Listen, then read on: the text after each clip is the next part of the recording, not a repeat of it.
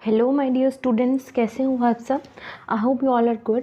सो हम इस वीडियो में क्या करेंगे, हमने अब तक क्या है, हमारे क्लास 10 साइंस के केमिस्ट्री, बायो एंड फिज़िक्स इस चैनल पे पढ़ाएंगे एंड जिसमें से हम केमिस्ट्री कंप्लीट करती है। ठीक है, बायो का फर्स्ट चैप्टर आज हम स्टार्ट करने जा रहे हैं जो कि है लाइफ प्रोसेसेस। ठीक है, फर्स्ट चैप्टर है बायो का हमारा लाइफ प्रोसेसेस। बायो मतलब होता है क्या है, लिविंग। ठीक है, हम अपने लाइफ के प्रोसेसेस पढ़ेंगे मेनली हम इस चैप्टर में। इसके बाद हम अपने फिजिक्स पढ़ेंगे, एनसीईआरटी क्वेश्चंस भी कवर करेंगे। ठीक है, तो स्टार्ट करते हैं। लाइफ प्रोसेसेस में क्या होता है, लाइफ प्रोसेस क्या होता है, हमारे लाइफ को चलाने वाले प्रोसेस जिनके बिना हमारी लाइफ में मतलब जिनके बिना हम सर्वाइव नहीं कर सकते। तो स्टार्ट करते हैं। The processes which together perform maintenance job for survival of organism are known as life processes. मतलब क्या हुआ इसका, मतलब वो प्रोसेस जो साथ में मिला के, टुगेदर मतलब साथ में मिला के हमारे ऑर्गेनिजम्स के सर्वाइवल के लिए इम्पॉर्टेंट है। ठीक है, टुगेदर परफॉर्म मेंटेनेंस जॉब मतलब बहुत मेंटेन करते हैं हमारे सर्वाइवल को। ठीक है, उन सबको बोलते हैं, सारे प्रोसेसेस को मिला के लाइफ प्रोसेसेस। ठीक है, इसके बाद आता है diffusion is sufficient for exchange of gases in unicellular organism as whole bodies in direct contact with organism. कहते हैं कि देखो, जो डिफ्यूजन होता है, डिफ्यूजन प्रोसेस होता है एक्सचेंज ऑफ गैसेस का। एक यूनिसेलुलर कोई ऑर्गेनिज्म है, यूनिसेलुलर मीन्स एक सेल का ऑर्गेनिज्म, बहुत छोटा ऑर्गेनिज्म होगा। ठीक है, यूनिसेलुलर ऑर्गेनिज्म जो है उसके अंदर तो डिफ्यूजन प्रोसेस बहुत होता है, मतलब डिफ्यूजन हो गया, एक्सचेंज ऑफ गैसेस हो गई। ठीक है, डिफ्यूजन प्रोसेस होता क्या है, मेनली डिफ्यूजन प्रोसेस वो प्रोसेस होता है, diffusion process means exchange of gases उन सेल्स के लिए जो हमारे जो एनवायरनमेंट है उसके साथ डायरेक्ट कॉन्टैक्ट में हो। ठीक है, जो यूनिसेलुलर ऑर्गेनिज्म एक ही सेल होती है वो तो उसकी हर एक पार्ट एनवायरनमेंट के डायरेक्ट कांटेक्ट में होता है, इसलिए यूनिसेलुलर ऑर्गेनिज्म के लिए डिफ्यूजन प्रोसेस जो है सफिशिएंट होता है। ठीक है, एक्सचेंज ऑफ गैसेस के लिए। लेकिन जो मल्टी सेलुलर ऑर्गेनिज्म होते हैं उनके अंदर तो डिफ्यूजन सफिशिएंट नहीं होता। ठीक है, क्यों, क्योंकि एक पॉइंट तो क्या है, क्योंकि हर एक सेल जो है हमारे एनवायरनमेंट के डायरेक्ट कांटेक्ट में नहीं होती और मल्टी सेलुलर ऑर्गेनिज्म को ज़्यादा एनर्जी की रिक्वायरमेंट होती है। ठीक है, तो देखो, in case of multicellular organism like human beings, diffusion is insufficient to meet the oxygen requirement as every cell is not in direct contact with environment. हर एक सेल जो है एनवायरनमेंट के डायरेक्ट कांटेक्ट में नहीं है। दूसरा पॉइंट क्या आएगा, multi cellular organism have high energy requirements. ठीक है, उनकी एनर्जी रिक्वायरमेंट्स भी ज़रूरी होती है। ठीक है, ये था सिर्फ बेसिक पार्ट इस चैप्टर को पढ़ने के लिए। अब हम पढ़ेंगे इस चैप्टर में मेनली हम पढ़ेंगे क्या, इस चैप्टर में हम 4 प्रोसेस पढ़ेंगे। ठीक है, देखो, process necessary for maintaining life, हमारे लाइफ को मेंटेन करने के लिए कौन से प्रोसेस ज़रूरी है। फर्स्ट है, 4 प्रोसेस होते हैं mainly. First is nutrition, respiration, transportation and excretion. ठीक है, these are the 4 basic processes that are required for maintaining our life. ठीक है, जो बहुत ही ज़्यादा इंपॉर्टेंट होते हैं, जिनके बिना हम अपना सर्वाइवल इमेजिन नहीं कर सकते। Nutrition, respiration, transportation and excretion. Nutrition mainly क्या होता है, प्रोसेस ऑफ प्रिपेयरिंग और ऑब्टेनिंग न्यूट्रिएंट्स, मतलब ऐसा प्रोसेस जिससे न्यूट्रिएंट्स को प्रिपेयर किया जाता है और ऑब्टेन किया जाता है, लिया जाता है। ठीक है, एंड रेस्पिरेशन में क्या होता है, exchange of gases and oxidation of food to give energy. Gases का एक्सचेंज होता है एंड जो फूड होता है वो टूटता है ताकि हमें एनर्जी मिल सके। ट्रांसपोर्टेशन क्या होता है, movement of various substances from one place to another in body, मतलब अलग अलग सब्सटेंसेस का हमारी बॉडी के अंदर ट्रांसपोर्ट होना, मूवमेंट होना। ठीक है, कोई एक सब्सटेंस जैसे ब्लड है, मेनली हार्ट पंप करता है। ठीक है, हार्ट ट्रांसपोर्ट करता है और यही बोलते हैं, मतलब सिर्फ हार्ट के थ्रू पूरी बॉडी में ब्लड को पहुंचाना, उसको बोलते हैं ट्रांसपोर्टेशन। एक्सक्रीशन होता है removal of waste products from the body, जो फूड वी टेक उसको हम पूरी तरीके से कंज्यूम कर लेते हैं। ठीक है, एंड जो वेस्ट प्रोडक्ट उसमें बचते हैं उसको रिमूव करना from the body, that is known as excretion. ठीक है, ये 4 टॉपिक्स बेसिकली हम पढ़ेंगे इस चैप्टर में। तो स्टार्ट करते हैं हमारे फर्स्ट टॉपिक से, दैट इज न्यूट्रिशन। न्यूट्रिशन क्या होता है, nutrition is the process of preparing और ऑब्टेनिंग न्यूट्रिएंट्स। अभी पढ़ा ना हमने, प्रिपेयर करने का एंड न्यूट्रिएंट्स को ऑब्टेन करने का प्रोसेस को बोलते हैं न्यूट्रिशन। ठीक है, अब बात आती है हमें न्यूट्रिशन की ज़रूरत क्यों है, क्यों लें हम न्यूट्रिशन। ठीक है, क्यों लें, क्योंकि ये एक तो हमें एनर्जी प्रोवाइड करता है, दूसरा ये हमारे ग्रोथ एंड डेवलपमेंट में हेल्प करता है, third helps in synthesising protein and other substances, protein और दूसरे सब्सटेंस को सिंथेसाइज करने में हेल्प करता है, मतलब बनाने में हेल्प करता है। ठीक है, अब बात करते हैं how to organism get their food. अब हर एक ऑर्गेनिज्म जो है, हर एक ऑर्गेनिज्म का अलग अलग टाइप का होता है फूड की रिक्वायरमेंट सबकी कैसी होती है। देखो मेनली कैसी होगी। फर्स्ट इज़ जो ऑर्गेनिजम्स होते हैं बेसिकली दो पार्ट में हम इनको क्लासीफाई करते हैं on the basis of their food requirement. First one is autotrophic nutrition, ठीक है, ऑटोट्रॉफिक न्यूट्रिशन, ठीक है, autotrophic nutrition. Another one is heterotrophic nutrition, heterotrophic nutrition, ठीक है।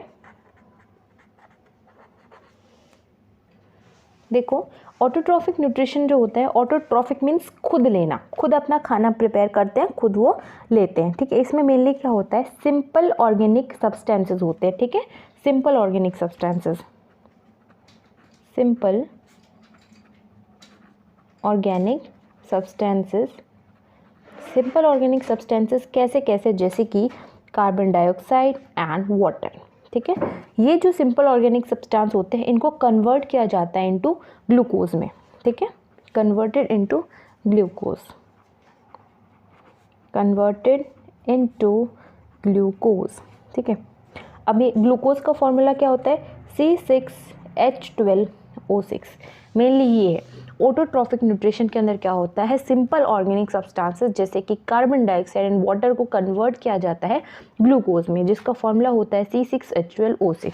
एंड ये बेसिकली किस में परफॉर्म किया जाता है, ग्रीन प्लांट्स में एंड कुछ बैक्टीरिया में, इन सम बैक्टीरिया, ठीक है। मेनली ये टॉपिक है हमारा ऑटोट्रॉफिक न्यूट्रिशन के बारे में। अब बात करें अगर हेटरोट्रॉफिक न्यूट्रिशन के अंदर, हेटरोट्रॉफिक न्यूट्रिशन में क्या होता है, कॉम्प्लेक्स सब्सटेंस यूज़ किए जाते हैं जैसे कि कार्बोहाइड्रेट वगैरह, ठीक है, इनको कन्वर्ट किया जाता है सिंपल सब्सटेंस में, ठीक है। कार्बोहाइड्रेट मतलब कि कॉम्प्लेक्स से सिंपल बनाया जाता है, इधर सिंपल से कॉम्प्लेक्स बना रहे थे हम, ठीक है। देखो यूटिलाइजिंग, इधर हम लिखेंगे utilising complex substances like carbohydrates into simpler form like glucose, ठीक है। कार्बोहाइड्रेट वगैरह जो होते हैं कॉम्प्लेक्स सब्सटेंस, उनको ग्लूकोज में कन्वर्ट किया जाता है, ठीक है। और ये जो कन्वर्जन है ये कैसे होता है, एंजाइम्स की हेल्प से हो सकता है, ठीक है। इधर हम लिखेंगे this conversion takes place with the help of enzymes, ठीक है। This conversion take place with the help of enzymes. Enzymes होते क्या हैं बेसिकली, आपने एंजाइम से एक वर्ड सुना होगा, देखो एंजाइम्स मेनली क्या होते हैं, एंजाइम्स होते हैं बायोलॉजिकल कैटलिस्ट। क्या होते हैं, बायोलॉजिकल कैटलिस्ट, मतलब बायो मीन्स लिविंग, मतलब जो लिविंग सब्सटेंसेस की रिएक्शन का स्पीड बढ़ा दे, ठीक है। बायोलॉजिकल को तो आप समझ आ गया। कैटलिस्ट क्या होता है, कैटलिस्ट भी हम इसमें लिख लेंगे, कैटलिस्ट वो होता है a substance that speeds up the reaction, एक ऐसा सब्सटेंस जो रिएक्शन की स्पीड को बढ़ा दे। ये था हमारे हेटरोट्रॉफिक न्यूट्रिशन की कहानी, ठीक है। देखो इसको ध्यान से, ऑटोट्रॉफिक न्यूट्रिशन क्या होता है, convert simple organic substances like carbon dioxide and water into glucose C6H12O6 and it is taken place in green plants and in some bacteria. In heterotrophic nutrition, we utilize complex substances like carbohydrate and we convert them into simple form like glucose, and this conversion take place with the help of enzymes. Enzymes क्या होते हैं, biological catalyst होते हैं. Catalyst क्या होता है, एक substance होता है जो कि हमारी रिएक्शन की स्पीड को अप कर देता है. ठीक है, इस समझ में इसमें कोई डाउट? इधर हम पढ़ेंगे ऑटोट्रॉफिक न्यूट्रिशन डिटेल में. ठीक है, देखो ऑटोट्रॉफिक न्यूट्रिशन क्या होता है. ऑटोट्रॉफिक न्यूट्रिशन होता है a mode of nutrition in which an organism prepare its own food is known as autotrophic nutrition. मतलब कोई ऑर्गेनिज्म अपना खुद खाना प्रिपेयर करते हैं, उसको बोलते हैं ऑटोट्रॉफिक न्यूट्रिशन. ठीक है, और एक प्रोसेस होता है फोटोसिंथेसिस. मेनली कौन अपना खाना खुद प्रिपेयर करते हैं, प्लांट्स ही करते हैं through the process known as photosynthesis. देखो फोटोसिंथेसिस क्या होता है, a process by which green plants prepare their own food. ठीक है, ग्रीन प्लांट जो अपना खुद का खाना बनाते हैं उनको बोलते हैं फोटोसिंथेसिस। ठीक है, with the help of carbon dioxide, water, carbon dioxide products हैं जो चाहिए, एंड सनलाइट एंड क्लोरोफिल वो चाहिए जो एक्स्ट्रा चीज़ होती है ना, सनलाइट की प्रेजेंस में होना चाहिए एंड क्लोरोफिल की प्रेजेंस में होना चाहिए। ठीक है, सनलाइट एंड क्लोरोफिल की प्रेजेंस में होते हैं। ठीक है, result in the formation of glucose. जैसे क्या बनता है, किसकी फॉर्मेशन होती है, ग्लूकोज की फॉर्मेशन होती है। ठीक है, ग्लूकोज में मेनली क्या होता है, कार्बोहाइड्रेट्स होते हैं which is utilise for providing energy, जिनको यूटिलाइज किया जाता है एनर्जी को प्रोवाइड करने के लिए। ठीक है, जो एक्स्ट्रा कार्बोहाइड्रेट होते हैं जो प्लांट्स यूज़ नहीं करते हैं उनमें क्या होता है, प्लांट्स के अंदर तो स्टार्च के फॉर्म में स्टोर हो जाते हैं एंड एनिमल्स के अंदर वो ग्लाइकोजन की फॉर्म में स्टोर हो जाते हैं। ठीक है, इसको आप एक टेबुलर फॉर्म में लर्न कर सकते हो। कैसे, देखो जो एक्स्ट्रा कार्बोहाइड्रेट्स हैं, लिखेंगे एक्स्ट्रा कार्बोहाइड्रेट्स, लिखेंगे store in the form of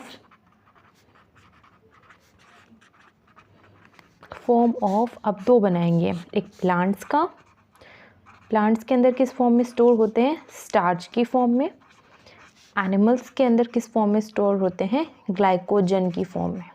ठीक है, extra carbohydrate store in the form of starch in plants and glycogen in animals. ठीक है, देखो अब है, देखो फोटोसिंथेसिस बनाने के लिए रॉ मटेरियल्स क्या क्या है, कार्बन डाइऑक्साइड एंड वाटर। ठीक है, और कंडीशन क्या क्या रिक्वायर होनी चाहिए, necessary condition require for photosynthesis in sunlight and chlorophyll. ठीक है, अगर आप कहीं पे फोटोसिंथेसिस के बारे में लिख रहे हो then definitely you should write the reaction also. ठीक है, you should mention it. Photosynthesis की क्या रिएक्शन है, देखो 6CO2 प्लस 12H2O। ठीक है, इसके नीचे भी हम लिखेंगे कार्बन डाइऑक्साइड। ठीक है, इसके नीचे क्या लिखेंगे, वाटर। फिर हम बनाएंगे एक एरो। ठीक है, एक बनाएंगे एरो, और इस एरो के ऊपर लिखेंगे इसके ऊपर क्या क्या कंडीशंस चाहिए, जैसे कि सनलाइट, ठीक है, एंड क्लोरोफिल, ये कंडीशन हमें चाहिए। अब क्या बनेगा वो हम लिखेंगे इधर, क्या बनेगा, C6H12O6 that is glucose, 6 molecules of oxygen and 6 molecules of water। समझ आया, this is what, glucose, this is oxygen and water। इस रिएक्शन को आप एटलीस्ट 5 या 10 टाइम्स लिखना, देन आपको याद हो जाएगी। 6CO2 12H2O in the presence of sunlight and chlorophyll, C6H12O6 6O2 and 6H2O। देखो एक बार और लिखते हैं हम, इसी रिएक्शन को वापस से लिख देते हैं। देखिए 6CO2 12H2O in the presence of sunlight and chlorophyll, it will form C6H12O6 plus 6 molecules of oxygen and 6 molecules of water।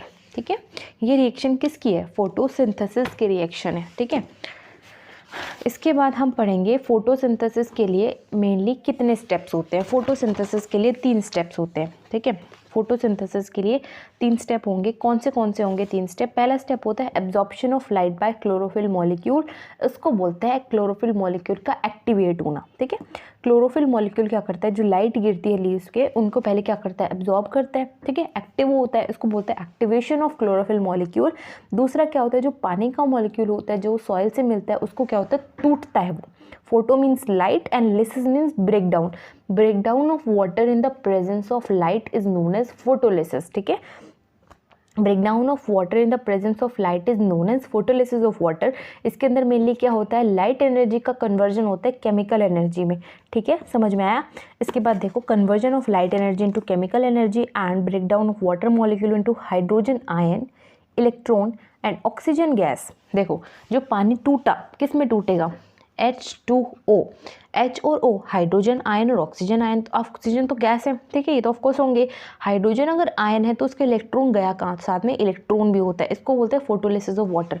इस तरीके से वो टूटता है। कैसे टूटता है देखो, मेनली हमारे पास क्या है, 2 मॉलिक्यूल्स है मान लो पानी के, ठीक है, टूटेंगे सनलाइट की प्रेजेंस में। सनलाइट की प्रेजेंस में टूटे, कैसे टूटते हैं, किसके फॉर्म में टूटते हैं? 4 तो होते हैं H पॉजिटिव आयन, 4 अगर H पॉजिटिव आयन है तो 4 ही होंगे इलेक्ट्रॉन, साथ में होंगे क्या? ऑक्सीजन गैस, ठीक है। ये रिएक्शन होगी और देखो ये जो बनते हैं क्या है, मेनली हमारे फोटोसिंथेसिस के बाय प्रोडक्ट है, ठीक है। यही जो रिएक्शन है, ठीक है, 3 बार लिखिए अच्छे से, आप इसको याद कर लेना। थर्ड स्टेप क्या होता है इसमें? जो कार्बन डाइऑक्साइड होता है उसको रिड्यूस करवा दिया जाता है ग्लूकोज बनाने के लिए, C6H12O6, इसमें से ऑक्सीजन इसमें से रिड्यूस करवाना है एडिशन ऑफ हाइड्रोजन, हाइड्रोजन इसमें ऐड हो जाता है। Reduction means addition of hydrogen, reduction of carbon dioxide to form glucose, ठीक है। फर्स्ट स्टेप क्या हुआ? Activation of chlorophyll molecule. दूसरा स्टेप क्या हुआ? Photolysis of water. तीसरा स्टेप क्या हुआ? Reduction of carbon dioxide to form glucose. खत्म, ठीक है। ये था हमारे फोटोसिंथेसिस के स्टेप 1 और स्टेप 2 जो है लाइट रिएक्शन करते हैं, और स्टेप 3 जो है डार्क रिएक्शन के अंदर आता है। Step 1 and 2 forms light reaction, where step 3 forms dark reaction, ठीक है।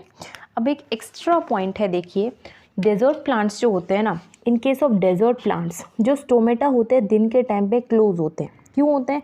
क्योंकि डेजर्ट की जगह पे ना पानी की बहुत ज़्यादा कमी होती है और वहाँ पे बहुत ज़्यादा धूप होती है, सो दैट पानी का लॉस ना हो, प्रिवेंट करने के लिए उसको जो स्टोमेटा होते हैं दिन के टाइम में बंद होते हैं, ठीक है।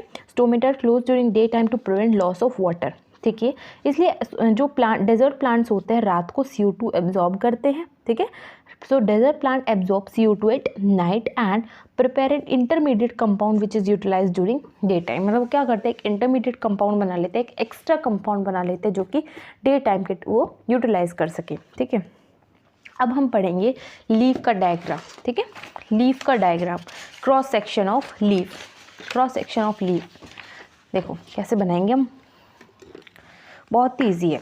सबसे पहले बनाएंगे हम ऊपर की लेयर, एपिडर्मिस की लेयर, ठीक है, ऐसे ऐसे, ठीक है। इस तरीके से हम लेयर बनाएंगे ऊपर की लीफ की, ठीक है। इसको आप ऐसे ही नहीं, ऐसे भी करना है, इस तरीके से। एंड इसके अंदर हम बनाएंगे वैक्यूल एंड न्यूक्लियस, हर एक सेल के अंदर बनाएंगे, ठीक है, हर एक सेल के अंदर। इसके ऊपर एक लेयर होती है क्यूटिकल की, इसके ऊपर एक लेयर होगी क्यूटिकल की, ठीक है, जिसको हम बनाएंगे, देखो इस तरीके से लेयर बनाएंगे, समझ आया? ये है हमारा ऊपर का एपिडर्मिस, ये लेयर है हमारी क्यूटिकल की, ठीक है। अब हम सेल्स बनाएंगे, क्लोरोप्लास्ट की सेल्स, ठीक है।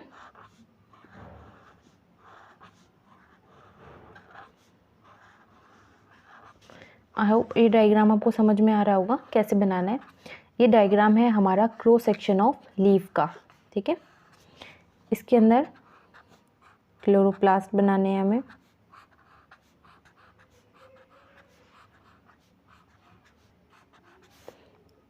ठीक है। ये जो छोटे छोटे डॉट्स हैं, ये इनको क्या बोलते हैं? Chloroplast, CHLOROPLAST। Then next sales बनाएंगे हम सर्कुलर सेल्स, ठीक है। 9th क्लास में आपने पढ़े होंगे ना, पैरेन्काइमा, कोलेनकाइमा, स्क्लेरेनकाइमा, ये वही सेल्स हैं, ठीक है। इनके बीच में कुछ सेलुलर स्पेस भी होता है, तो हम वो भी बना सकते हैं, ठीक है।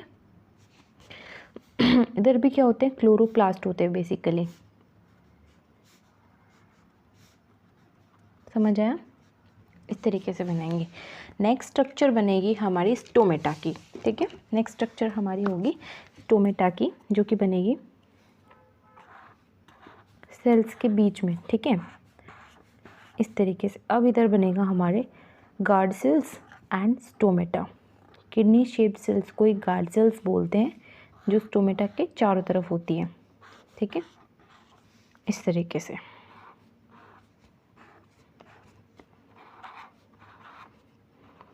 वही बनेगी हमारी जो ऊपर वाली जो सेल थी ना, एकदम सेम सिमिलर जैसी। तो ये हो गया हमारा डायग्राम किसका, क्रॉस सेक्शन ऑफ लीव का। अब हम इसमें करेंगे लेबलिंग, ठीक है। इसमें लेबलिंग में बेसिकली क्या है, सबसे ऊपर जो लेयर है हमारी क्यूटिकल की लेयर है, क्यूटिकल ये जो है अपर एपिडर्मिस है, इसको हम बोलेंगे अपर एपिडर्मिस, ठीक है। इधर इधर है हमारे क्लोरोप्लास्ट, ठीक है। एंड ये जो छोटे छोटे सैक्स बच रहे हैं इनको बोलेंगे हम एयर स्पेसेस, समझ आया। देन ये है हमारा स्टोमेटा एंड ये है हमारे गार्ड सेल्स एंड जो नीचे वाली जो लेयर है इसको हम बोलेंगे लोअर एपिडर्मिस, ठीक है, लोअर एपिडर्मिस। ये डायग्राम है हमारा किसका, क्रॉस सेक्शन ऑफ लीव का। इधर लिखेंगे cross section of a leave, ठीक है। एक लीव के अंदर का स्ट्रक्चर इस तरीके से होता है, समझ आया।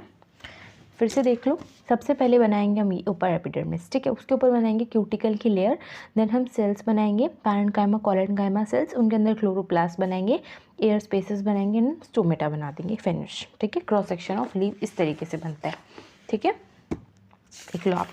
इसके बाद एक एक्टिविटी है, ये देखने के लिए कि फोटोसिंथेसिस के लिए सनलाइट ज़रूरी होता है, ठीक है। ये एक एक्टिविटी है, देखो हम क्या करेंगे, पहले एक पॉटेड प्लांट लेंगे, ठीक है, उसको हम डार्क रूम में रख देंगे, अंधेरे कमरे में ऑलमोस्ट 3 दिन तक। क्यों रख देंगे, ताकि उसके अंदर जो बचा हुआ खाना भी है ना वो भी ख़त्म हो जाए। खाना किस फॉर्म में स्टोर होता है प्लांट्स में, स्टार्च की फॉर्म में, ठीक है, ताकि उसका पूरा खाना यूज़ हो जाए, मतलब वो डिस्टार्च हो जाए, ताकि वो डिस्टार्च हो जाए। तो उसको हम क्या करेंगे, सनलाइट में रखेंगे वापस 6 से 7 घंटे के लिए, ठीक है। और क्या करेंगे हम, keep it in sunlight for 6 to 7 hours with 1 leaf covered with a black strip. उस एक पत्ती होगी हमारे पास, ठीक है। कैसे, देखो हमारे, हम लेंगे एक लीफ लेंगे, इसके ऊपर हमारे एक लीफ लेंगे हम, जिस पे क्या कर देंगे हम, ब्लैक कलर से एक उस पर स्पॉट लगा देंगे, ब्लैक कलर की स्ट्रिप से हम उसको कवर कर देंगे, ठीक है, इस तरीके से। इसको हम पूरे तरीके से ढक दिया हमने इधर से, ठीक है, ब्लैक कलर का एक स्ट्रिप लगा दी इधर, ठीक है। और इसको छोड़ दिया हमने सनलाइट में, ठीक है, सनलाइट में छोड़ दिया। अब देखो सनलाइट के अंदर जो छोड़ा, जो बाकी जो पोर्शन है सनलाइट के कांटेक्ट में, उधर कुछ अलग होगा, जो पोर्शन सनलाइट के कांटेक्ट में नहीं आया उधर कुछ अलग चेंज आपको देखने मिलेगा, ठीक है। फिर हमें क्या करना है, उस लीफ को तोड़ लेना है, pluck the leaf and remove the black strip, उसको रिमूव करेंगे। फिर उसको हम अल्कोहल में बॉयल करेंगे, boil it in alcohol. Alcohol में बॉयल क्यों करेंगे, ताकि हम उसका क्लोरोफिल रिमूव कर सके। फिर उसको पानी से अच्छे से वॉश करेंगे एंड उसके अंदर हम आयोडीन सोल्यूशन मिला के देखेंगे, ताकि हम स्टार्च को टेस्ट कर सके, ठीक है। जब हम स्टार्च को टेस्ट करने के लिए इसमें लगाएंगे तो हम क्या देखने मिलेगा, ये जो लीफ थी, जिधर हमने ये नहीं लगाया था ये जो ब्लैक स्ट्रिप, उधर ही कलर आ जाएगा, कैसा, ब्लू ब्लैक कलर का। और जो इधर से हमने ब्लैक स्ट्रिप लगाया था उधर क्या आ जाएगा हमारा, उधर कोई चेंज नहीं आएगा, ठीक है। इस तरीके से हम सेटअप बैठाएंगे। अल्कोहल के अंदर हम डायरेक्ट उसको गर्म नहीं करेंगे, डायरेक्ट उसको गर्म, क्योंकि अल्कोहल बहुत ही विगरस सब्सटेंस होता है, आग पकड़ लेता है, ठीक है। उसको हम पहले वाटर लेंगे, वाटर के अंदर दूसरा बीकर लेके हम फिर उसको गर्म करेंगे, समझ आया, ठीक है। इसके बाद एक और एक्टिविटी है, ये देखने के लिए to test that chlorophyll is necessary for photosynthesis. ये भी कुछ ऐसी ही एक्टिविटी है जिसके अंदर हम क्या करते हैं, क्रोटोन की लीफ लेते हैं। क्रोटोन की लीफ होती है, मतलब एक ऐसी लीफ होती है जिसके अंदर अलग अलग कलर्स होते हैं, ठीक है, a leaf having different colours, ठीक है। उसको हम डार्क रूम में रख देंगे ऑलमोस्ट 3 दिन तक, ताकि उसका स्टार्च रिमूव हो जाए, चला जाए। फिर उसको सनलाइट में रखेंगे 6 से 7 घंटे के लिए। फिर वापस एक लीफ को तोड़ेंगे, अल्कोहल में बॉईल करेंगे, पानी से धो लेंगे, आयोडीन सोल्यूशन से टेस्ट करेंगे, ठीक है। देखो अब इसके अंदर हम क्या देखेंगे, देखो जो लीफ थी हमारे पास इस तरीके से, कुछ उसके अंदर स्पॉट्स बन जाएंगे इस तरीके से, ठीक है। ये हमें देखने को मिलेगा जब हम उसको आयोडीन से टेस्ट करेंगे, इस तरीके से लीफ के स्ट्रक्चर बन जाएगी, ठीक है। और ये जो अंदर का कलर है, ठीक है, ये जो पार्ट है ये वो पार्ट है जहाँ पे क्लोरोफिल प्रेजेंट था, वहाँ पे तो ब्लू ब्लैक कलर आ जाएगा। लेकिन जहाँ पे क्लोरोफिल प्रेजेंट नहीं है वहाँ पे कोई चेंज हमें देखने को नहीं मिलेगा, ठीक है, समझ आया। इसके बाद हम टेस्ट करेंगे। देखो क्लोरोफिल में होता क्या है, ग्रीन कलर का पिगमेंट होता है ना, और ऐसी लीफ जो अलग अलग कलर्स में होती है। तो ये वो पार्ट है जहाँ पे ग्रीन कलर था, ये वो पार्ट है जहाँ पे ग्रीन कलर नहीं है। तो ऑफकोर्स वहाँ पे क्लोरोफिल नहीं होगा ना, ठीक है। क्लोरोफिल नहीं होगा तो आयोडीन से अपना टेस्ट भी नहीं देगा, ठीक है। इसके बाद ऐसी एक और एक्टिविटी जिसमें हमें बताना है कि फोटोसिंथेसिस के लिए CO2 कितना ज़रूरी है। CO2 के लिए हम क्या करेंगे, 2 प्लांट लेंगे, ठीक है, और फिर उनको डिस्चार्ज कर देंगे। डिस्चार्ज कैसे करते हैं, हम उनको अंधेरे रूम में रख के फिर दोनों को ही बेल जार में रखेंगे। बेल जार के अंदर एक के अंदर हम KOH रख देंगे। क्या रख देंगे, KOH। KOH का काम क्या होता है, CO2 को एब्जॉर्ब कर लेती है पूरी, ठीक है। एपरेटस को एयर टाइट बना देंगे, वैसलीन वगैरह लगा के उनके बॉटम सरफेस पे। अब हम क्या करेंगे, दोनों ही प्लांट को सनलाइट में रखेंगे, फिर दोनों ही प्लांट की लीव्स में स्टार्च का टेस्ट करेंगे। जो फर्स्ट प्लांट होगा जिसमें हमने क्या रखा था, KOH, उधर तो CO2 नहीं है, उधर CO2 नहीं है तो स्टार्च एब्सेंट मिलेगा हमें, ठीक है। CO2 नहीं है, खाना नहीं बन पा रहा तो स्टोर तो कैसे ही होगा जब खाना ही नहीं है, ठीक है। दूसरे के अंदर CO2 है, प्रॉपर खाना बन रहा है, स्टोर हो रहा है, तो स्टार्च इसमें प्रेजेंट है, ठीक है। उसका डायग्राम है, देखो उसको हमने पहले गर्म किया इस तरीके से। हाँ देखो इसका डायग्राम हम कैसे बनाएंगे, ऐसे ही सिंपल 2 जार लेंगे, ठीक है।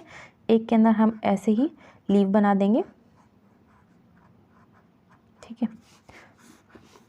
2 जार्स लेने ना,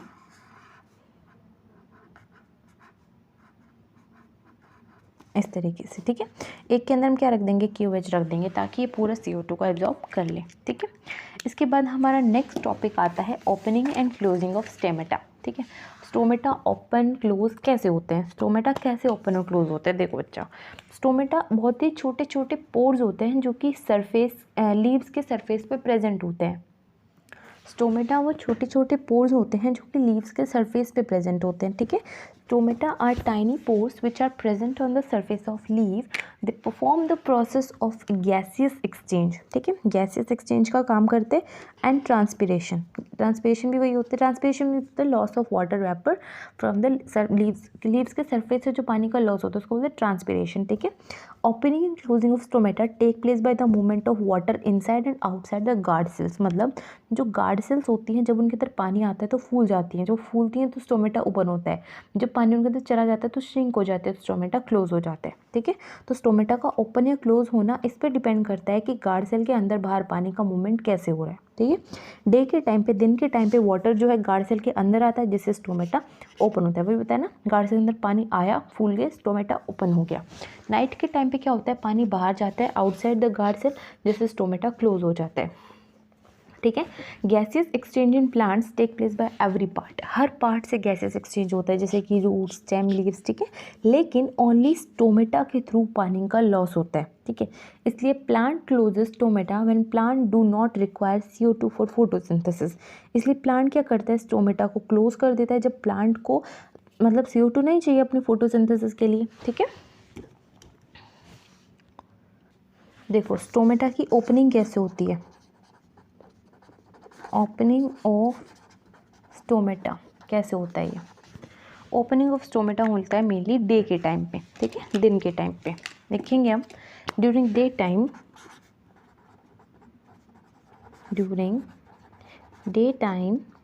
क्या होता है, दिन के टाइम पे water moves inside the guard cell, guard cell के अंदर पानी मूव करता है, ठीक है, इनसाइड द गार्ड सेल्स, जिसकी वजह से क्या होता है, हमारे स्टोमेटा ओपन हो जाते हैं।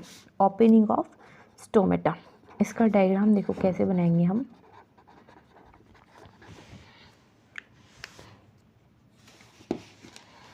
सबसे पहले बनाएंगे हम गार्ड सेल्स, ठीक है। किडनी शेप्ड सेल्स जो होती हैं उनको बोलते हैं हम गार्ड सेल्स। अब तक हमें लगता था कि स्टोमेटा के चारों तरफ गार्ड सेल्स होते हैं, लेकिन हमें ये नहीं पता था कि गार्ड सेल्स के चारों तरफ भी कोई सेल्स होती हैं जिनको एपिडर्मल सेल्स या फिर सब्सिडरी सेल्स बोलते हैं, ठीक है। देखो इस तरीके से ये हमारा बन गया, क्या गार्ड सेल्स की स्ट्रक्चर बन गई। अब हम बनाएंगे इनके चारों तरफ एपिडर्मल सेल्स की स्ट्रक्चर, ये इस तरीके से होती है, ठीक है, ऐसे।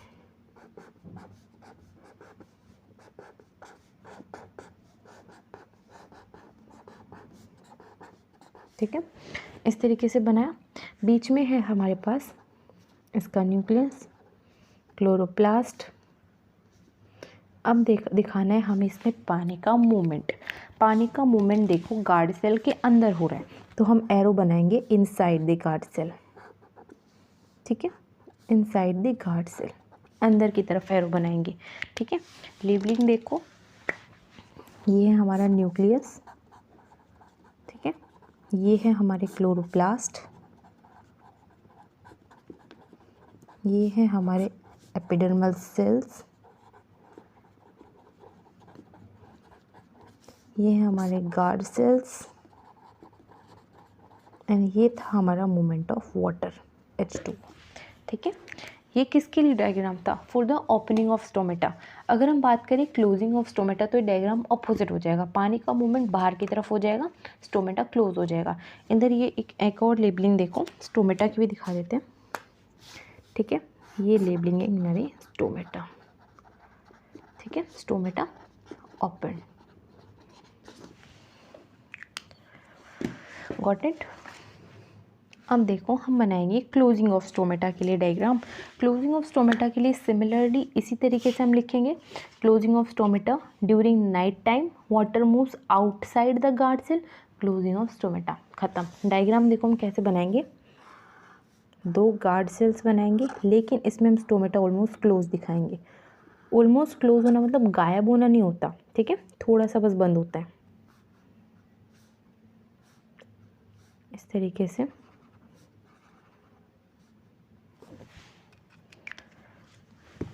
अब हम बनाएंगे इनके चारों तरफ एपिडर्मल सेल्स।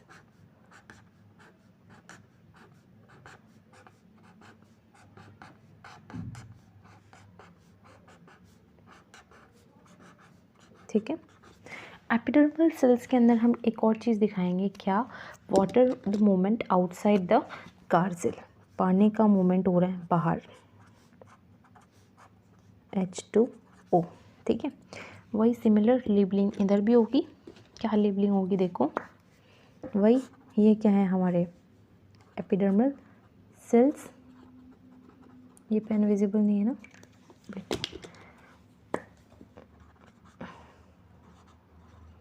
Epidermal cells. ठीक है, sorry, and these are guard cells, nucleus, chloroplast, and this is water, stomata, that is closed। ठीक है, ये था स्टोमेटा ओपन, ये था स्टोमेटा क्लोज। ठीक है, देखो नेक्स्ट कॉन्सेप्ट क्या आता है हमारे पास, plants absorb water from the soil. Plants जो हैं वाटर एब्जॉर्ब करते हैं सॉइल से with the help of roots की हेल्प से। जो बाकी के मटेरियल्स होते हैं जैसे कि नाइट्रोजन, फास्फोरस, आयरन, मैग्नीशियम, ये भी सॉइल के थ्रू एब्जॉर्ब किए जाते हैं। ठीक है, नाइट्रोजन जो कि बहुत इंपॉर्टेंट होता है प्रोटीन की फॉर्मेशन के लिए, ठीक है, वो डायरेक्टली नाइट्रोजन की फॉर्म में नहीं लिया जाता, वो लिया जाता है in the form of nitrates and nitrites. ठीक है, या फिर और by compounds form by bacteria from atmospheric nitrogen, या फिर ऐसे कंपाउंड्स जो कि मतलब एटमॉस्फेरिक नाइट्रोजन के थ्रू बनाए जाते हैं। एटमॉस्फेयर के जो नाइट्रोजन है उससे कन्वर्ट किए जाते हैं। ठीक है, वो भी सॉइल से ही मिलता है हमें नाइट्रोजन भी। देखो absorption of nitrogen by roots 2 form में होगा, या तो नाइट्रेट्स से नाइट्रेट्स की फॉर्म में, या फिर कैसे होगा, absorb compound from the bacteria from atmospheric nitrogen. ठीक है, तो स्टूडेंट्स नेक्स्ट टॉपिक है हमारे पास mode of nutrition. Mode of nutrition कैसे कैसे मोड होते हैं एंड किन ऑर्गेनिज्म के अंदर कौन कौन से मोड्स होते हैं हम वो पढ़ेंगे। ठीक है, तो स्टार्ट करते हैं। हमारे पास अभी तक हमने 2 मोड पढ़े हैं ना, ऑटोट्रॉफिक एंड हेटेरोट्रॉफिक। ठीक है, पहले हम वही लिखेंगे। First one is our autotrophic mode of nutrition, second one is heterotrophic mode of, ठीक है, next one is heterotrophic mode of nutrition. Autotrophic में हम क्या लिखेंगे, first point, can prepare their own food, ये अपना खुद का खाना खुद बना सकते हैं। ठीक है, और इसके अंदर एक और पॉइंट लिख देंगे हम, do not depend upon other for food, दूसरे ऑर्गेनिज्म पे डिपेंड नहीं करता फूड के लिए, ठीक है। एग्जाम्पल हम लिख देंगे इसमें क्या, प्लांट्स, ठीक है। ये तो हो गया ऑटोट्रॉफिक मोड ऑफ न्यूट्रिशन की कहानी। बात करें हेटेरोट्रॉफिक की, हेटेरोट्रॉफिक में कुछ अलग है। हेटेरोट्रॉफिक को भी हम 3 कैटेगरी में डिवाइड करते हैं। हेटेरोट्रॉफिक में 3 है, ठीक है। देखो फर्स्ट है वो, उसको वो बोलते हैं सैप्रोफिटिक मोड ऑफ न्यूट्रिशन, ठीक है। लिखेंगे हम saprophytic mode of nutrition. Another one is parasitic mode of nutrition, parasitic. Another one is holozoic mode of nutrition, holozoic mode of nutrition, ठीक है बच्चा। सैप्रोफिटिक के अंदर एक ट्रिक होती है, क्या होती है, देखो सैप्रोफिटिक में हम क्या करते हैं, एक लिखेंगे बड़ा सा डी, डी लिखेंगे बड़ा सा, ठीक है, D, D for dead, D for decaying, D for decomposers, ठीक है। Dead, decaying, decomposers. डिकम्पोजर्स जो होते हैं, डेड जो ऑर्गेनिजम्स होते हैं, मरे हुए ऑर्गेनिजम्स होते हैं, उनको डीके कर देते हैं, ख़राब कर देते हैं, ठीक है। और इसके अंदर एक चीज़ और है कि जो डाइजेशन होता है, जो डाइजेशन होगा वो हमारी बॉडी के, हमारे नहीं, जिन भी ऑर्गेनिज्म के अंदर ये होता है उनके बॉडी के बाहर होगा, ठीक है। इधर हम लिखेंगे डाइजेशन आउटसाइड द बॉडी, ठीक है, डाइजेशन आउटसाइड द बॉडी। और इसके एग्जांपल हम लिख देंगे क्या, किस किस के अंदर ये होते हैं, फंजाई के अंदर एंड इन बैक्टीरिया के अंदर, फंजाई प्लस बैक्टीरिया। अब अगर हम बात करें पैरासिटिक मोड ऑफ न्यूट्रिशन, ये क्वाइट डिफरेंट होता है इस सैप्रोफिटिक मोड ऑफ न्यूट्रिशन से। पैरासिटिक के अंदर क्या होता है, ये ऑर्गेनिज्म, ये फूड तो ऑब्टेन करता है ऑर्गेनिज्म, लेकिन ऑर्गेनिज्म को मारता नहीं है, ठीक है। It obtain food without killing, organism को किल किए बिना फूड को ऑब्टेन करते हैं। कैसे, देखो जैसे कि लीच होते हैं, मॉस्किटो होते हैं, हमें देखो हमें मारते नहीं है मॉस्किटो, लेकिन अपना फूड ले लेते हैं, ठीक है। इसके अंदर हम एग्जांपल लिखेंगे जैसे कि लीच, लाइस, मॉस्किटो, ठीक है, एंड अमरबेल, ये सब हो गए हमारे एग्जाम्पल किसके, पैरासिटिक मोड ऑफ न्यूट्रिशन के। अब अगर हम बात करें holozoic mode of nutrition, holozoic mode of nutrition जो होता है मेनली डाइजेशन हमारी बॉडी के इनसाइड होता है, ठीक है, डाइजेशन इनसाइड द बॉडी, लिखेंगे हम डाइजेशन इनसाइड द बॉडी। और ये किसके अंदर होता है, हमारे अंदर डाइजेशन इनसाइड होता है ना, तो होलोजोइक मोड ऑफ न्यूट्रिशन हम फॉलो करते हैं। And holozoic mode of nutrition कौन करता है, ह्यूमन बींग्स करते हैं, और उसके साथ साथ अमीबा भी करता है। एग्जाम्पल ह्यूमन एंड अमीबा, ठीक है। ये हो गया किसका, होलोजोइक मोड ऑफ न्यूट्रिशन का, समझ आया। देखो मेनली ये चार्ट आपको ध्यान रखना है, क्या होता है, देखो mode of nutrition is of 2 types, autotrophic mode of nutrition and heterotrophic mode of nutrition. Autotrophic mode of nutrition के अंदर क्या होता है, organism can prepare their own food, they do not depend upon another for food, for example plants, ठीक है। Heterotrophic mode of nutrition is categorised into 3 types of nutrition, first one is saprophytic, another one is parasitic, and another one is holozoic mode of nutrition. In saprophytic mode of nutrition, decomposers decay the dead and rotten organisms and convert them into their food, ठीक है। And in this one important point is what, that digestion occurs outside the body, ठीक है। It happens in fungi and bacteria. What happens in parasitic mode of nutrition? In parasitic mode of nutrition, organism obtain their food without killing the organism, for example leech, lice, mosquito and amarbill. What about holozoic mode of nutrition? In holozoic mode of nutrition, digestion occur inside the body, example human and amoeba। समझ आया, यही table मैंने आपको दोबारा से समझाई है। Any doubt इसमें आपको, आई होप कोई डाउट नहीं होगा, ठीक है, मोड ऑफ न्यूट्रिशन के अंदर। अब अगर हम बात करें स्टेप्स ऑफ होलोजोइक न्यूट्रिशन, अब हम क्या पढ़ेंगे, मेनली हमारे पढ़ेंगे ना न्यूट्रिशन, ह्यूमन बींग्स का सबसे पहले पढ़ेंगे। 5 स्टेप्स के अंदर हमारा होलोजोइक मोड ऑफ न्यूट्रिशन होता है। First one is ingestion, digestion, absorption, assimilation and egestion. 5 main steps होते हैं जिसके through holozoic mode of nutrition होता है। First one is ingestion. Ingestion means खाने को लेना, इनटेक ऑफ फूड, ठीक है। डाइजेशन क्या होता है, जो कॉम्प्लेक्स फूड होता है उनको सिंपलेस्ट फूड में कन्वर्ट कर देना, तोड़ देना। एब्जॉर्प्शन क्या होता है, जो डाइजेस्टेड फूड होता है उसको होल बॉडी में पास कर देना, ठीक है। जो फूड डाइजेस्ट हो गया उसको पूरी बॉडी में ट्रांसपोर्ट करना एक टाइप से, ठीक है। एसिमिलेशन क्या होता है, फूड जो ट्रांसपोर्ट हुआ है, डाइजेस्ट हो चुका है, उसको यूज़ करना, यूटिलाइज करना। एंड इजेशन क्या होता है, जो अनडाइजेस्टेड फूड होता है उसको हमारी बॉडी से बाहर करना। सिंपल सी बात है, ठीक है। अब अगर हम बात करें न्यूट्रिशन इन अमीबा, अमीबा के अंदर न्यूट्रिशन कैसा होता है। अमीबा के अंदर एक अलग टाइप से इसके अंदर भी होलोजोइक मोड ऑफ न्यूट्रिशन ही होता है, ठीक है। अमीबा के अंदर ही पढ़ा था ना हमने, होलोजोइक मोड ऑफ न्यूट्रिशन किस किस में होता है, ह्यूमंस एंड अमीबा, ठीक है। तो देखो, amoeba take its own food using temporary finger like structure known as pseudopodia. Amoeba क्या करता है, अपना फूड कैसे लेता है, उसके पास एक फिंगर लाइक स्ट्रक्चर होती है जिसको बोलते हैं सूडोपोडिया, ठीक है। फूड पार्टिकल्स क्या बन जाते हैं, फूड वैक्यूल बन जाते हैं हमारी बॉडी के अंदर। फूड पार्टिकल्स फॉर्म हमारी बॉडी के अंदर फूड वैक्यूल बनाते हैं, ठीक है। Food particle form food vacuole inside the body. अब क्या करते हैं, जो डाइजेस्टिव एंजाइम्स है वो कॉम्प्लेक्स फूड को सिंपल फूड में तोड़ देते हैं, और जो डाइजेस्टेड फूड है पूरी बॉडी में पास आउट हो जाता है और अनडाइजेस्टेड फूड बाहर निकल जाता है, ठीक है।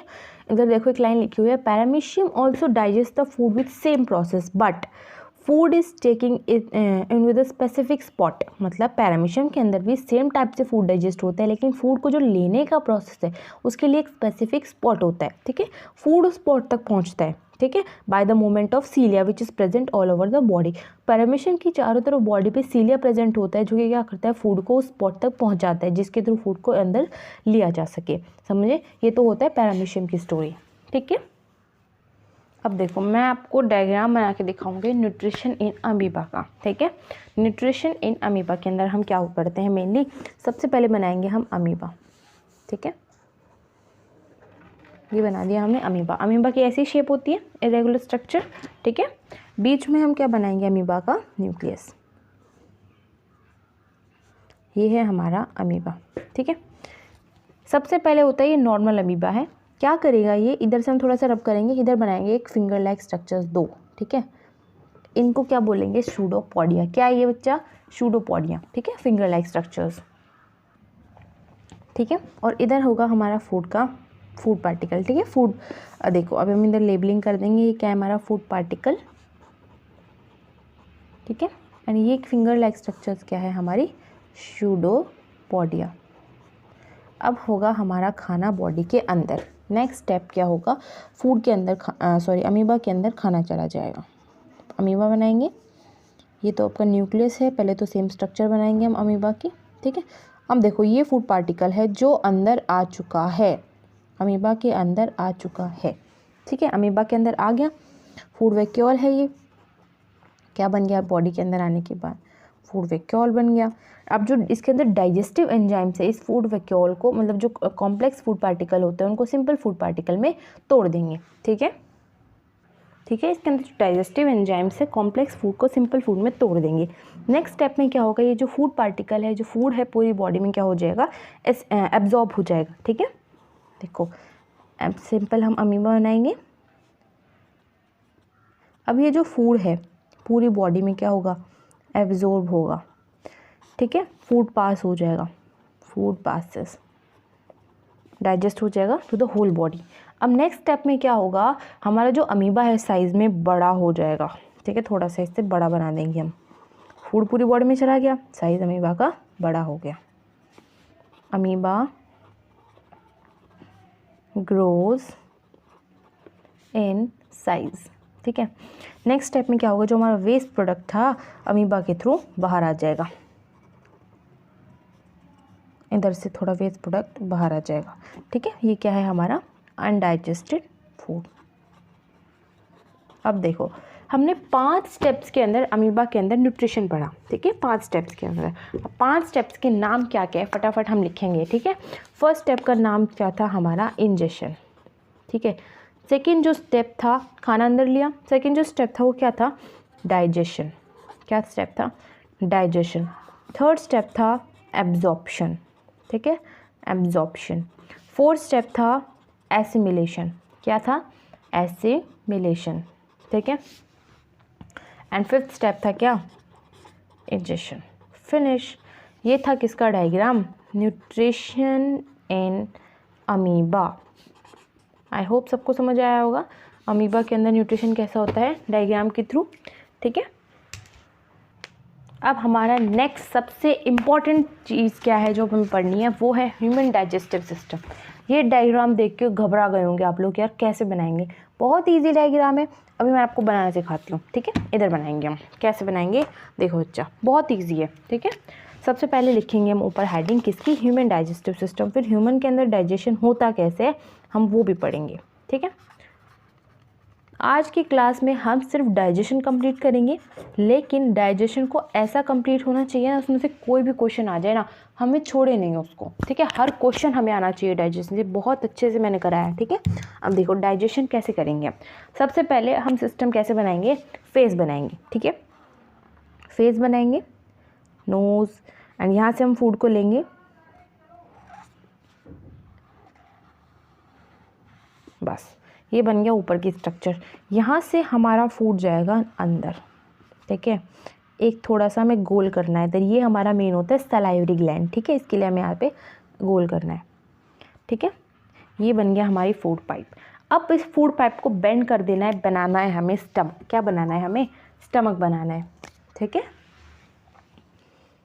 इधर से ऐसे करके हम जाएंगे इस तरीके से, नीचे गए। ठीक है, इधर से नीचे जाएंगे, बस नीचे नीचे चल जाएंगे, ये बन गया हमारा स्टमक। ठीक है, क्या बना हमारा, ये स्टमक बन गया। अब इधर से हम एक लाइन बनाएंगे। ठीक है, इस तरीके से, मतलब यहाँ से अलग निकालेंगे और इसके अंदर से पास करवाते हुए हम इधर से लेके जाएंगे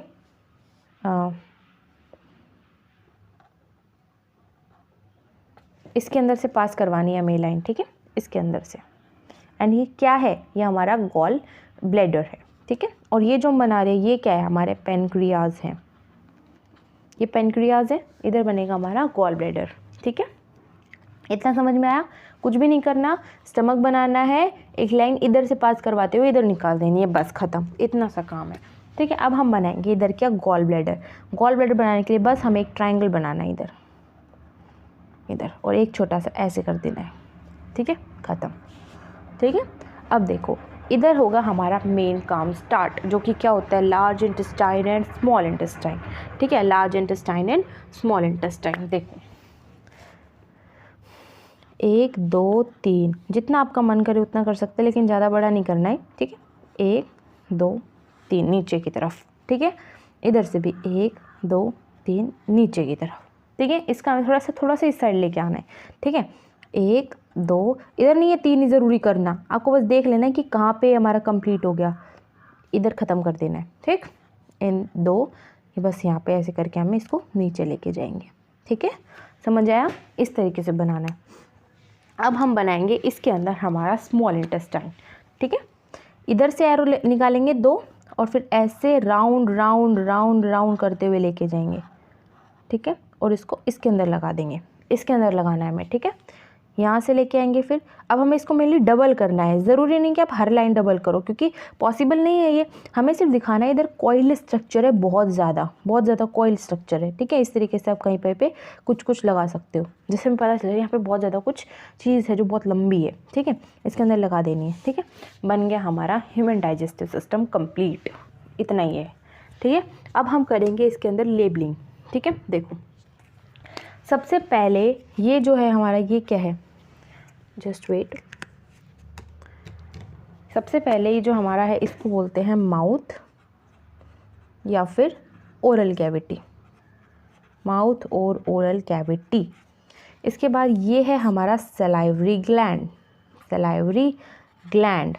ठीक है, नेक्स्ट है हमारे पास फूड पाइप या फिर ईसोफेगस बोलते हैं इसको, फूड पाइप या फिर ईसोफेगस।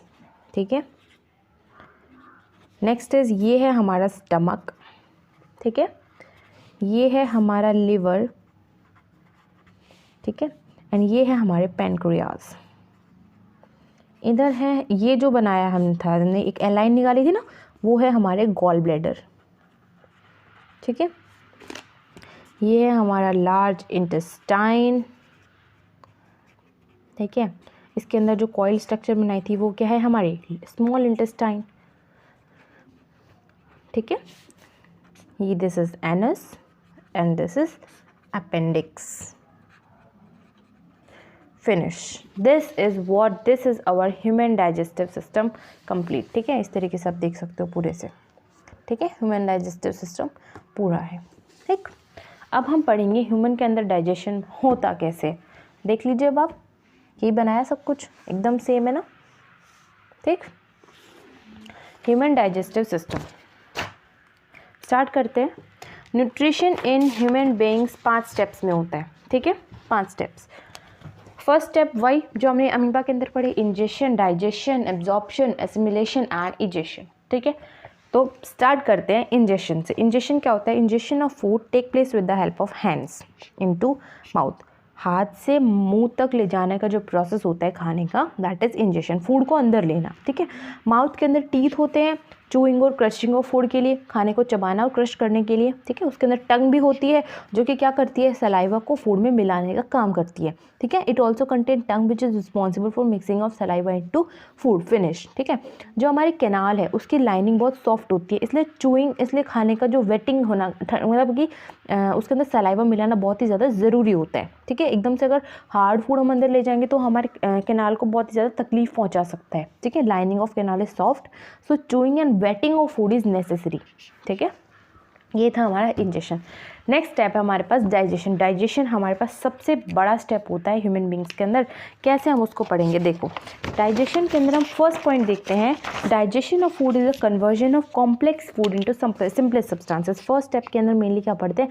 कॉम्प्लेक्स फूड से सिंपल सब्सटेंसेस में कन्वर्ट करने का process, that is known as digestion. ठीक है, डाइजेशन हमारा मुंह के अंदर ही स्टार्ट हो जाता है। जैसे ही फूड हमारे मुंह के अंदर गया, वहीं पर डाइजेशन प्रोसेस शुरू हो जाता है। ठीक है, वहाँ पर क्या होता है? सलाइवा के अंदर सलाइवरी ग्लैंड्स होते हैं जो कि क्या करता है? सलाइवा रिलीज करता है।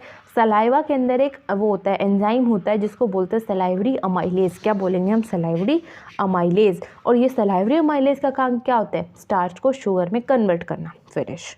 स्टार्च को शुगर में कन्वर्ट करना। ठीक है, देखो हमने क्या पढ़ा? सलाइवरी ग्लैंड ने सलाइवा रिलीज़ किया, सलाइवा के अंदर सलाइवरी अमाइलेज था। सलाइवरी अमाइलेज जो होता है स्टार्च को शुगर में कन्वर्ट करता है। फिनिश। ठीक है, ये जो हो गया सलाइवरी अमाइलेज का काम। अब खाना पहुंचेगा हमारा ईसोफेगस के पास या फिर फूड पाइप के पास। फूड पाइप के अंदर एक पेरिस्टाल्टिक मूवमेंट होती है। पेरिस्टाल्टिक मूवमेंट क्या होती है? अभी हम ये समझेंगे। पेरिस्टाल्टिक मूवमेंट देखो, अभी बताती हूँ मैं आपको। कोई पेपर है, देखो जैसे, वेट, मान लो कोई पेपर है, इसको हमने ऐसे इस तरीके से क्रश कर दिया। ठीक है, इधर हम बनाएंगे पेरिस्टाल्टिक मूवमेंट इस तरीके से। मान लो फूड पाइप है हमारी, इधर होगा contraction relaxation, contraction relaxation, contraction और रिलैक्सेशन। मतलब एक बार कॉन्ट्रैक्ट होती है, एक बार रिलैक्स होती है, कॉन्ट्रैक्ट रिलैक्स, कॉन्ट्रैक्ट रिलैक्स, इसको बोलते हैं पेरिस्टाल्टिक मूवमेंट। ठीक है, समझ आया? तो इस पेरिस्टाल्टिक मूवमेंट के थ्रू ही जो हमारा खाना है अंदर जाता है। ठीक है, फूड एंटर्स इनटू ओइसोफेगस और food pipe where peristaltic movement take place. इस मूवमेंट को क्या बोलते हैं हम? Peristaltic movement. ठीक है, peristaltic movement is rhythmic contraction and relaxation of muscle of oesophagus to push the food inside stomach. खाने को स्टमक के अंदर पुश करने के लिए एक पेरिस्टाल्टिक मूवमेंट, एक कॉन्ट्रैक्शन और रिलैक्सेशन की प्रोसेस होता है। ठीक है, अब फूड हमारा स्टमक के अंदर आ गया। अब क्या होगा? फूड होगा हमारा एक्सपैंड, स्टमक होगा हमारा एक्सपैंड। जैसे ही हमारा फूड उसके अंदर जाएगा, फूड हम वहाँ पे खुलेगा, मतलब और ज़्यादा एक्सपैंड होगा। इसके बाद क्या होगा? स्टमक के अंदर गैस्ट्रिक ग्लैंड्स होते हैं। ठीक है, गैस्ट्रिक ग्लैंड क्या करते हैं? गैस्ट्रिक जूस रिलीज करते हैं। गैस्ट्रिक जूस के अंदर 3 कंपोनेंट होते हैं, hydrochloric acid, mucus and pepsin. Hydrochloric acid, mucus and pepsin, HCl, mucus, pepsin, तीनों के अपने अलग अलग काम है। ठीक है, तीनों के अपने अलग अलग काम क्या है? देखो, जो गैस्ट्रिक ग्लैंड है, देखो इधर टेबुलर फॉर्म में लिखा हुआ है, gastric gland release gastric juice, it has 3 components, HCl, mucus and pepsin. HCl क्या करता है? माइक्रोब्स को डाइजेस्ट करता है, और हमारे पेप्सिन के काम के लिए एसिडिक कंडीशन क्रिएट करता है। पेप्सिन होता है जो हमारा एसिडिक कंडीशन में ही काम करता है। ठीक है, इसलिए वो पेप्सिन का काम के लिए एसिडिक कंडीशन क्रिएट करता है। म्यूकस का काम क्या होता है? HCl से हमारे पेट की इनर लाइनिंग को प्रोटेक्ट करता है। ठीक है, HCl बहुत ही ज़्यादा हार्मफुल होता है, तो हमारा क्या करता है? स्टमक के चारों तरफ म्यूकस की एक लाइनिंग बन जाती है जिसके थ्रू हमारा स्टमक हार्म नहीं होता। ठीक है, protect inner lining from HCl। Pepsin की अगर हम बात करें, प्रोटीन को डाइजेस्ट करता है। P for pepsin, P for protein, याद करने की ट्रिक है। ठीक है, प्रोटीन को डाइजेस्ट करता है। अब क्या होगा? नेक्स्ट स्टेप होगा हमारा क्या?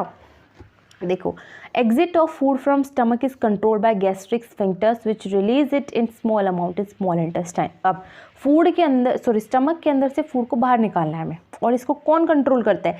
गैस्ट्रिक स्फिंक्टर्स करते हैं। स्फिंक्टर्स यहाँ पे भी मिलेगा, आपको कंट्रोल करना होगा, ठीक है। स्फिंक्टर्स मतलब होता है कि कोई भी चीज़ कंट्रोल करना। गैस्ट्रिक स्फिंक्टर जो होता है फूड को स्टमक में जाने से कंट्रोल करते हैं, जिसकी वजह से क्या होता है, थोड़े अमाउंट में स्मॉल इंटेस्टाइन में फूड जाता रहता है, ठीक है। अब फूड पहुँच गया हमारे स्मॉल इंटेस्टाइन में, ठीक है। स्मॉल इंटेस्टाइन के अंदर क्या होगा, अब हमारे लिवर, पैनक्रियाज ये अपने अपने सिक्रेशंस देंगे। लिवर क्या रिलीज़ करता है? बाइल जूस रिलीज़ करता है, ठीक है। और इसके अंदर कोई भी एंजाइम नहीं होता, कोई भी एंजाइम नहीं होता। लिवर के पास बाइल जूस होता है, कोई भी एंजाइम नहीं होता, लेकिन फिर भी बहुत ही इंपॉर्टेंट रोल प्ले करता है डाइजेशन में। क्यों?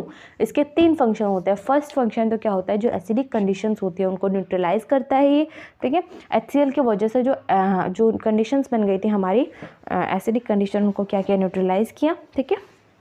दूसरा फंक्शन क्या होता है, पैनक्रियाटिक एंजाइम को बेसिक कंडीशंस चाहिए, उसके लिए बेसिक कंडीशंस वो क्रिएट करता है। थर्ड स्टेप होता है इमल्सिफिकेशन ऑफ फैट। ये सबसे इंपॉर्टेंट स्टेप है, इमल्सिफिकेशन ऑफ फैट, फैट को तोड़ देना, लार्जर फैट ग्लोब्यूल को स्मॉलर फैट ग्लोब्यूल में तोड़ देना, ठीक है। कोई दिक्कत? सब समझ में आया ना?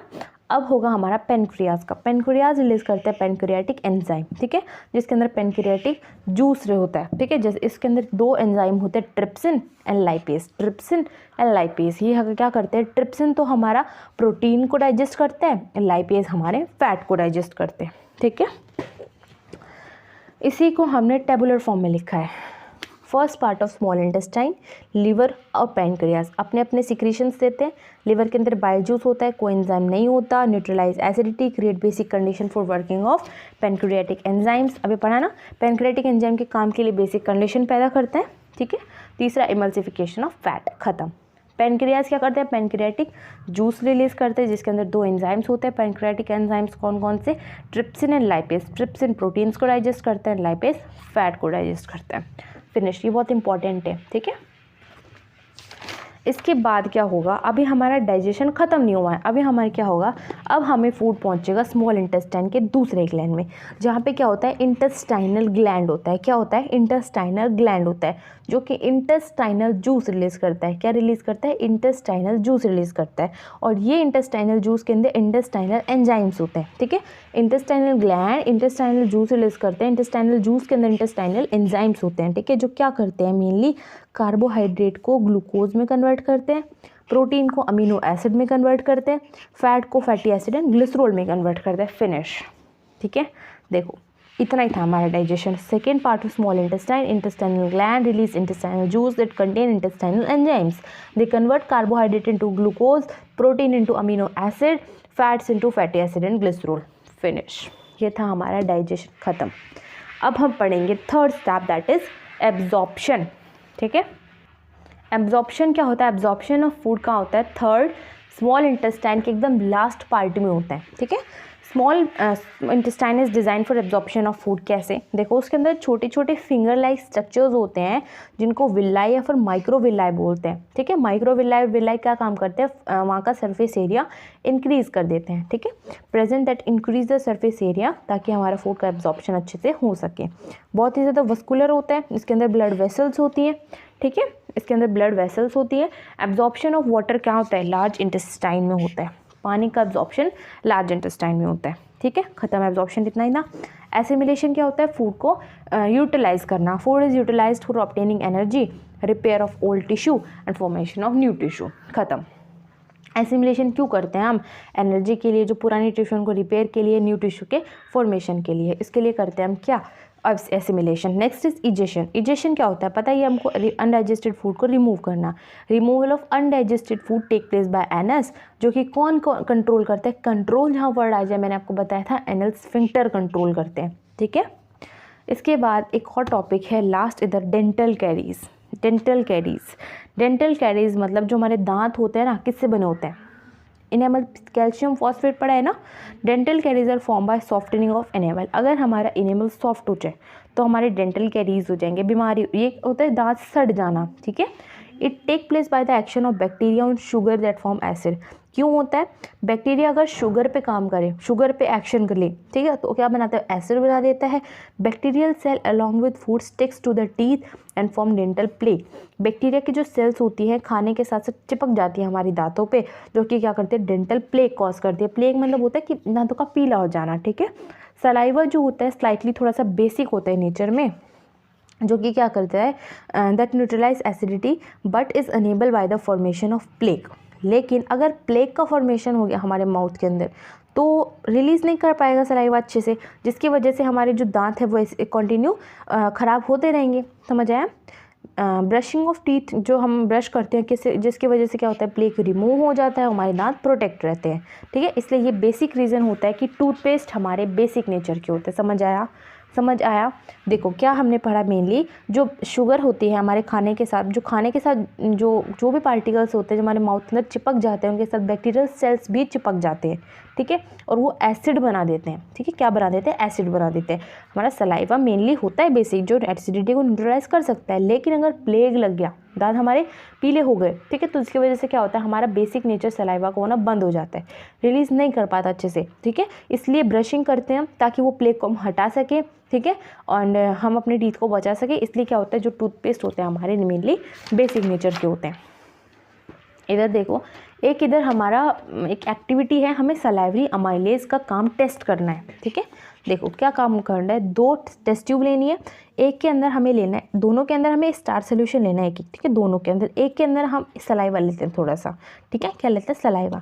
अब क्या करेंगे? 20 से 30 मिनट के बाद हम उसमें आयोडीन सोल्यूशन मिला के देखेंगे, ठीक है। क्या मिला के देखेंगे? हम उसमें आयोडीन सोल्यूशन मिला के देखेंगे, जिसके अंदर सलाइवा था, ठीक है, जिसके अंदर सलाइवा था उसके अंदर हमें कोई चेंज नहीं मिलेगा, लेकिन जिसके अंदर स्टार्च था उसके अंदर हमें ब्लू ब्लैक कलर मिल जाएगा, ठीक है।